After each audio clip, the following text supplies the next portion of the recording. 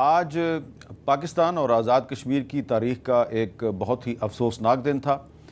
آج کے دن آزاد کشمیر میں دوبارہ ہنگاموں نے جنم لیا اور ان ہنگاموں میں بہت سے جو بے گناہ لوگ ہیں زخمی بھی ہوئے، ایک نوجوان کی جان چلے گی۔ کل بھی آزاد کشمیر میں ایک جو پولیس افسر ہے اس کی جان چلی گئی تھی، وہ بھی قابل افسوس ہے۔ آج جس نوجوان کی جان گئی ہے وہ بھی قابل افسوس ہے۔ تو سوچنے کی بات یہ ہے کہ یہ مظاہرہ جو ہے، یہ لانگ مارچ جو ہو رہا ہے، اس کے پیچھے کوئی پولیٹیکل پارٹی نہیں ہے، ایک عوامی جوائنٹ ایکشن کمیٹی ہے جس میں سب پولیٹیکل پارٹیز شامل ہیں۔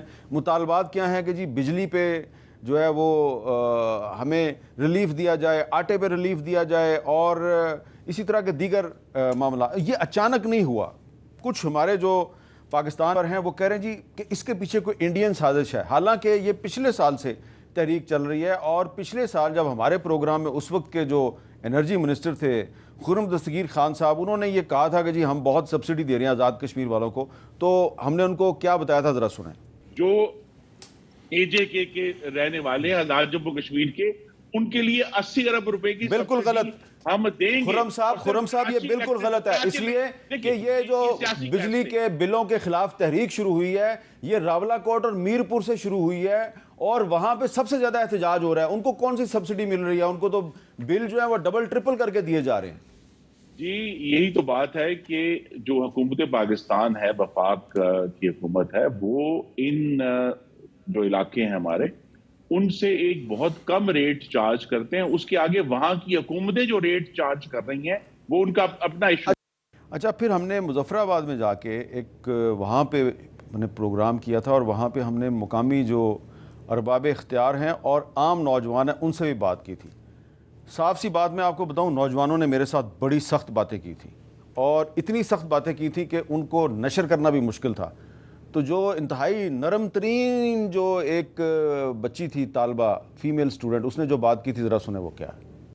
آزاد کشمیر میں جو ایجوکیشن کی صورتحال ہے کیسی ہے؟ آزاد کشمیر میں بہت ساری ایسی چیزیں، فیسلٹیز کی کمی ہے جو کہ ہمیں ملنی چاہیے۔ ہمارے پاس اتنی سہولیات نہیں ہیں اگر باقی جگہوں پہ دیکھا جائے۔ ہماری جو ہے حکومت سے اور سب سے یہ درخواست ہے کہ ہمیں مزید اپرچونٹیز ملنی چاہیے ہر چیز کو لے کے، چاہے وہ تعلیم ہے، چاہے وہ ٹورزم ہے۔ اچھا، اب اس میں اسی طرح کی بات چیت، اسی طرح کے مطالبات جو ہیں، جو اس وقت بلوچستان اسمبلی کے باہر جو لوگ جنہوں نے آج مظاہرہ کیا وہ بھی یہی بات کر رہے ہیں، اور اسی طرح کی جو باتیں ہیں، ملتی جلتی باتیں آپ کو لاہور ہائی کورٹ کے باہر جو وکیل جنہوں نے مظاہرہ کیا ہے وہ بھی اسی طرح کی باتیں کر رہے ہیں، اور اسی طرح کی باتیں جو ہیں وہ اب مالاکنڈ میں بھی شروع ہو چکی ہیں۔ تو فیصل واڈا صاحب، مسئلہ یہ ہے کہ یہ سارا جو ایشو ہے، بجلی پہ سبسڈی، آٹے پہ سبسڈی، اس کا تعلق بنتا ہے آئی ایم ایف کے ساتھ، ہم مانیں یا نہ مانیں۔ بالکل ٹھیک ہے۔ اور پچھلے سال جب ہم نے آئی ایم ایف کے ساتھ ایگریمنٹ کیا، اس کے بعد یہ مظاہرے شروع ہوئے آزاد کشمیر میں اور بھی جگہوں پہ۔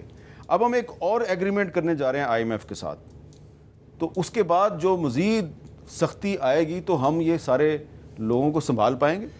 دیکھیں میر صاحب، آپ ہی کے شو پہ میں نے بہت مہینوں پہلے کہا تھا کہ ابھی جب آئی ایم ایف سے نیا ایگریمنٹ ہوگا تو مشکلات اور بڑھ جائیں گی۔ جب مشکلات اور بڑھیں گی تو لوگ تکلیف میں آئیں گے۔ جہاں آپ ملک کی اسٹیبلٹی کی بات کریں، عام آدمی تو مسئلے سے گزرے گا، بل مہنگے ہوں گے، الیکٹرسٹی مہنگی ہوگی۔ گورنمنٹ نے اس کے پیرالل کوئی پروگرام ہی نہیں بنایا۔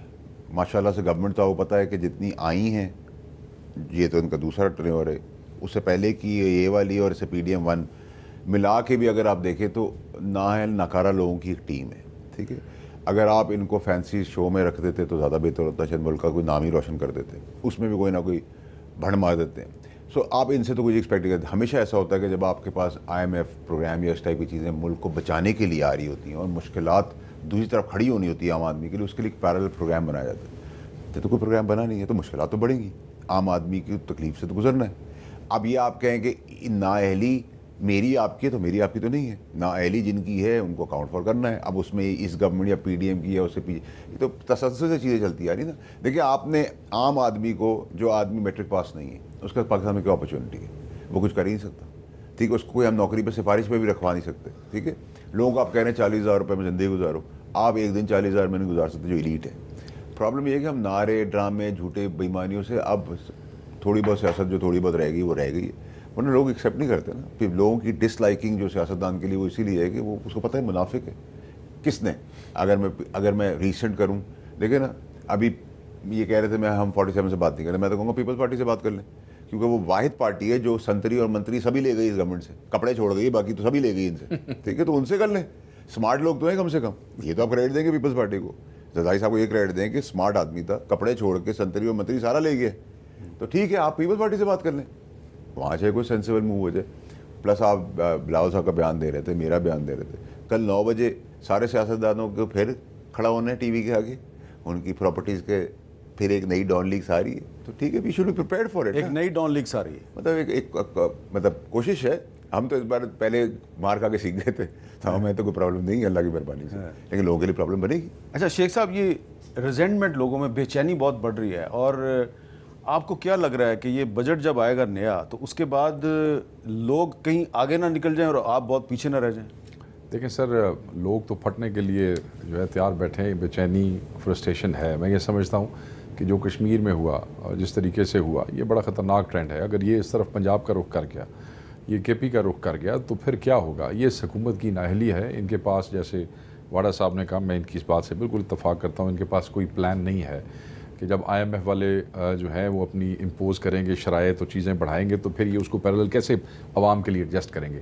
بالکل اس کا خدشہ ہے, یہ اپنی جگہ پہ موجود ہے کہ اگر جیسے نااہل حکومت ہے اور ایک امپوز کی گئی حکومت ہے کشمیر میں, اسی طرح جب عوام کے حقیقی نمائندے نہیں بیٹھے ہوں گے جو عوام کی حقیقی امنگوں اور وشز کو ریپرزینٹ کر کے اس کا سلوشن نکال سکیں, تو عوام کسی وقت بھی پٹ سکتے ہیں. Why not? آپ دیکھیں گندم والوں کے ساتھ کیا ہوا, آپ نے خود اپنے انٹرو میں ذکر کیا, بالاکنڈ کا آپ دیکھ لیں, کشمیر میں جو بھی ہوا کچھ دیر پہلے, اب وہ واقعہ دیکھ لیں, وہ جو 3 بچے جو ہیں وہ شہید ہو گئے. پولیس اور رینجرز کی گاڑیوں کے ساتھ عوام نے آگے سے کیا کیا, پنجاب میں ذمہ دار کے ساتھ کیا ہو رہا ہے, یہ ساری چیزیں تو ایک عجیب و غریب سا رخ پیش کر رہی ہیں. اس سے یہ ثابت ہو گیا ہے کہ یہ جو موجودہ حکومت ہے یہ اس قابل نہیں ہے, کہ اس چیز کا ادراک ہی نہیں ہے کہ ان کو حل کیسے کرنا ہے. اگر یہ حکومت چلی جائے اور اس کی جگہ پہ آپ کی حکومت آ جائے تو آپ یہ مسئلے حل کر لیں گے؟ دیکھیں یہ تو اللہ بہتر جانتا ہے کہ کیا ہوگا, مگر کم از کم جب حقیقی نمائندے بیٹھے ہوں گے تو وہ جو ایک کانفیڈنس اور تعلق ہمارا ان کا ہے, ہم اس کی بنیاد پہ ان کے ساتھ بیٹھ کے بات کر سکیں گے. اگر کشمیر میں آج ہمارے لوگ موجود ہوتے, ہماری حکومت ہوتی, تو میں سمجھتا ہوں کہ یہ لاٹھی, یہ گولی, یہ تشدد, یہ فورس, بروٹل فورس استعمال کرنے کی بجائے, یہ اب معاہدے کرنے کی بجائے پہلے دن ہی اس کی سینسٹیوٹی کو سمجھتے ہوئے یہ معاملہ جو ہے وہ کر دیا جاتا. دیکھیں ایک آدمی ہے, میں مثال دیتا ہوں جی, کہ میں نے 2 لاکھ ووٹ لیے ہیں اپنے حلقے سے, اور میں 2 لاکھ آدمیوں کا نمائندہ ہوں, میری جگہ ایک 30,000 والے کو بٹھا دیا جاتا ہے. اگر کوئی کرائسس کریٹ ہو جاتا ہے حامد صاحب اس حلقے میں, وہ 2 لاکھ والے بندے دی گل آرام نال چھوڑن گے یا 30,000 والے دی گل چھوڑن گے؟ سر ایک ایک تعلق ہے نا, آپ نے جب مجھے ووٹ کیا ہے میجورٹی نے, تو میرا آپ کا ایک رشتہ قائم ہو گیا ہے, اور جب وہ رشتے والا اس سے بات کرے گا اس کی بات ہی کچھ اور. تو لوگوں کو ٹیکن فار گرانٹڈ نہیں لینا چاہیے, نہیں لینا چاہیے سر, نہیں لینا چاہیے, خواہ وہ آزاد کشمیر کے لوگ ہیں یا چمن کے لوگ, کہیں کے بھی.